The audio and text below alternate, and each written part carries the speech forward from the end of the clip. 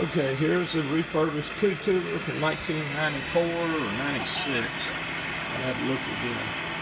Anyway, I've got a 1,000-watt slug in there right now. This is just my driver. Hello, 1111111. Hello, test, radio 1, 2, 3, audio 111. You can see it's about 210, 220 watts. I'm going to go ahead and put the 5,000 watt slug in here.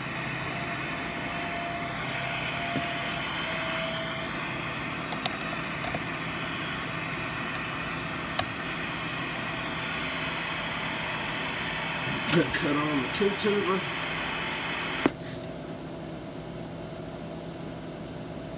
See, it's right around. Hello, 200 watt dead key. Hello, test radio, test radio. A little over 2,000 peak. Hello, radio, test radio. 1, 2, 3, audio. Hello, test radio, radio, radio. Alrighty, man. That's what she does.